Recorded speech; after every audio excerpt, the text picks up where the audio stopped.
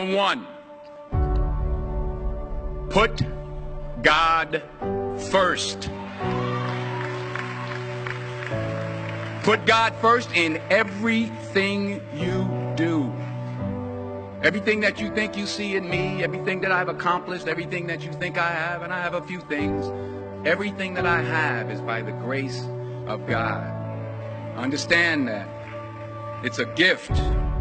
40 years ago, March 27th, 1975, it was 40 years ago, just this past March, I was flunking out of college. I had a 1.7 grade point average. I hope none of you can relate. I had a 1.7 grade point average.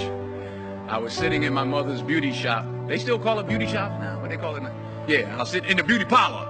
I was sitting in my mother's beauty parlor, and I'm looking in the mirror, and I see behind me this woman under the dryer.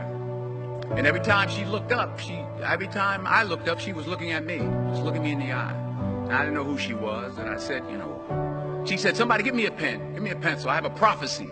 March 27, 1975, she said, boy, you are going to travel the world and speak to millions of people. Now, mind you, I was flunked out of college.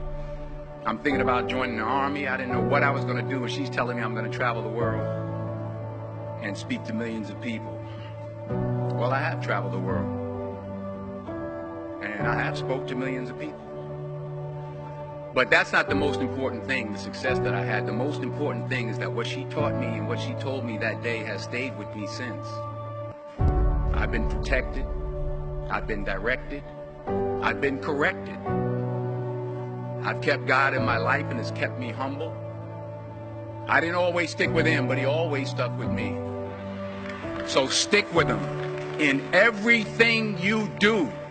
If you think you want to do what you think I've done, then do what I've done and stick with God. Number two, fail big. That's right. Fail big. Today is the beginning of the rest of your life, and it can be very frightening. It's a new world out there. It's a mean world out there, and you only live once. So do what you feel passionate about. Take chances professionally.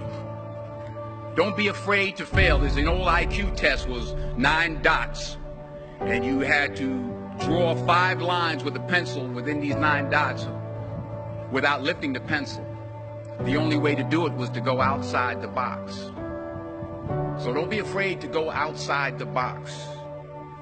Don't be afraid to think outside the box. Don't be afraid to fail big, to dream big.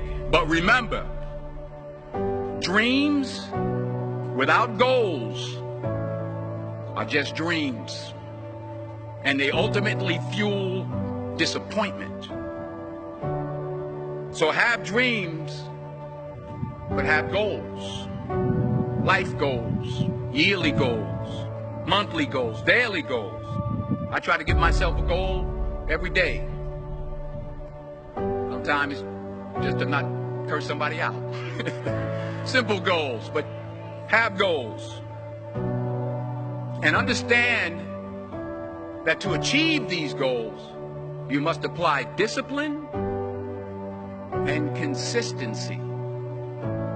In order to achieve your goals, you must apply discipline, which you've already done, and consistency every day, not just on Tuesday and miss a few days. You have to work at it every day. You have to plan every day. You've heard the saying, we don't plan to fail, we fail to plan. Hard work works. Working really hard is what successful people do. And in this text, tweet, twerk world that you've grown up in, remember, just because you're doing a lot more doesn't mean you're getting a lot more done. Remember that. Just because you're doing a lot more doesn't mean you're getting a lot more done. Don't confuse movement with progress. My mother told me, she said, yeah, because you can run in place all the time and never get anywhere. So continue to strive, continue to have goals, continue to progress. Number 3,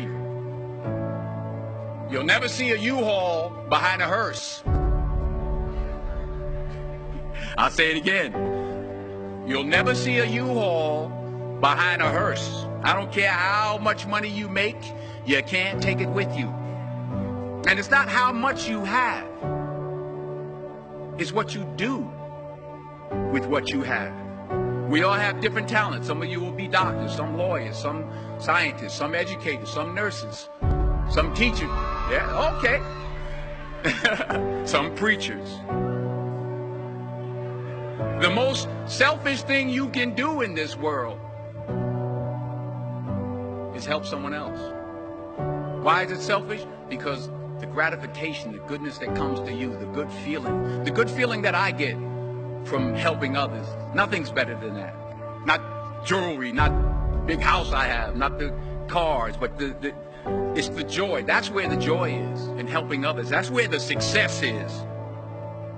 Finally, I pray that you put your slippers way under the bed tonight, so that when you wake up in the morning, you have to get on your knees to reach them.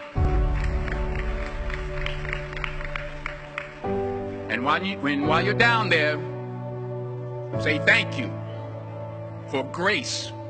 Thank you for mercy. Thank you for understanding. Thank you for wisdom. Thank you for parents. Thank you for love. Thank you for kindness. Thank you for humility. Thank you for peace. Thank you for prosperity. Say thank you in advance for what's already yours. That's how I live my life. That's why I am. One of the reasons why I am today.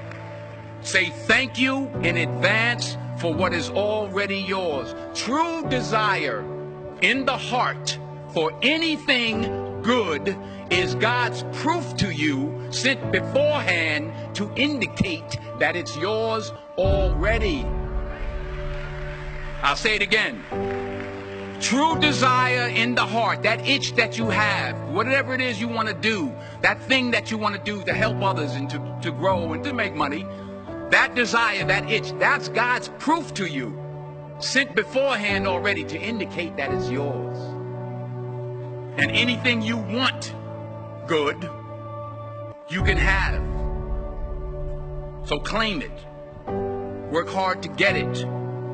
When you get it, reach back. Pull someone else up. Each one, teach one. Don't just aspire to make a living. Aspire to make a difference.